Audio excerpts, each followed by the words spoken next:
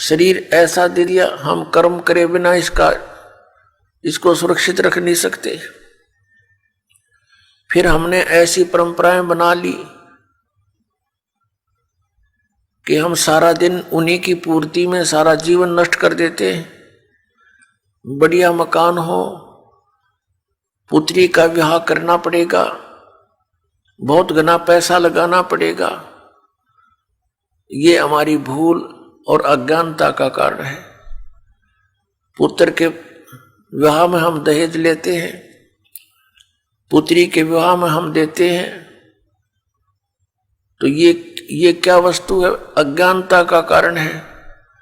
हम किसी का धन लेते हैं, हम उसके ऋणी हो गए, और हम देते हैं तो भगवान के दोषी हो गए। तो इसलिए हमने न तो दहेज अब लेना है और ना ही देना है। ये कोई प्रतिबंध नहीं होता। इस तत्व ज्ञान से आप परिचित होकर इससे अपने आप हटोगे। परमात्मा कहते हैं तुमने उस दरगाह का महल नहीं देखा, तुमने उस परमात्मा के स्थान का, उस जहां पर ये हिसाब किताब होता है, उस दरगाह का वो स्थान, वो न्यायालय नहीं देखा यहाँ का, और धर्मराज के तिल तिल का लेखा। तो पुण्यात्मा, जब आप इस तत्व ज्ञान से परिचित हो जाओगे, आपको दूसरे का पैसा विष दिखाई देगा, विष। लेकिन अनजान बालक तो विष को भी खा जाते हैं, भले ही मर जाए, क्योंकि उनको पता ही नहीं है कितना खतरनाक है, कितना डेंजरस है। तो ज्ञान से ही पता होता है। अब इस ज्ञान से आपको ये दास परिपूर्ण करना चाहता है,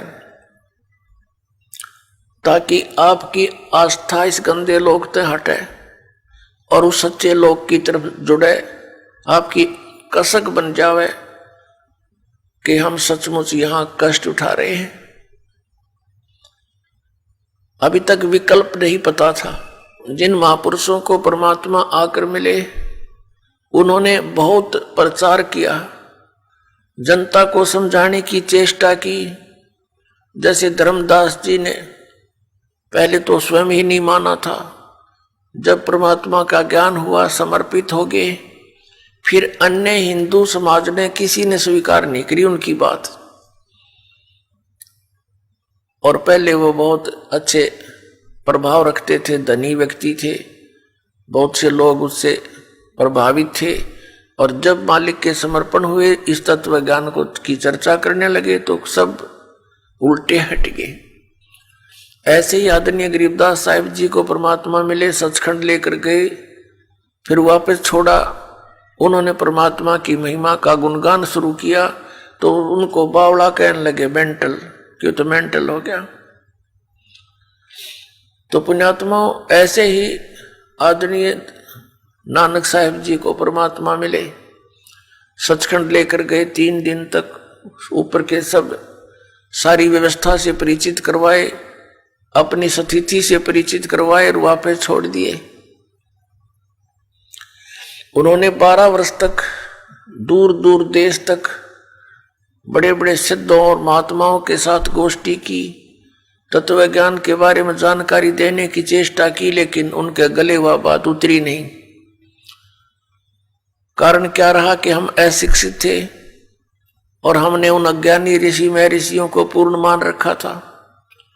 इसलिए हमारे हृदय में उन महापुरुषों की बातें नहीं समाई, जो हमारी सिंपल लैंग्वेज में हमें ये अनमोल ज्ञान देना चाहते थे। परमात्मा ने कृपा बख्शी, अपनी लीला अनुसार, अपनी महिमा अनुसार वो सन 1398 में सचखंड से चलकर आए, गति करके एक शिशु रूप धारण किया। लहरतारा नामक तालाब बनारस यानी काशी शहर के बाहर था। मूल शहर से लगभग 3-4 किलोमीटर की दूरी पर एक बनी में बाहर जंगल में, वो वन में सरोवर था। गंगा का पानी, गंगा का जल लहरों के द्वारा उछलकर वर्षा के दिनों में जब फुल स्वयं पर चलती थी गंगा, तो ऊपर से लहरों के द्वारा उछलकर घाट में से एक बहुत बड़े सरोवर का रूप धारण कर लेता था।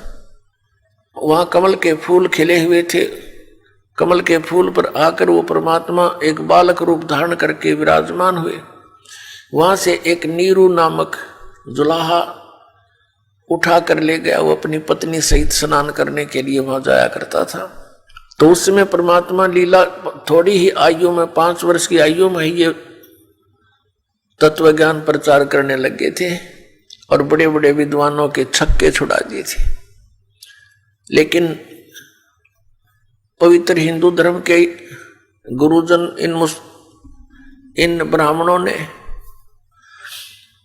परमात्मा के ज्ञान को स्वीकार तो करना दूर रहा, उनका दुष्प्रचार शुरू कर दिया कि ये झूठा है, कपटी है, हमारे हिंदू धर्म के देवताओं के विषय में ये गलत टिप्पणियां करता है, ये निकम्मा है, इसकी शक्ल भी नहीं देखनी चाहिए।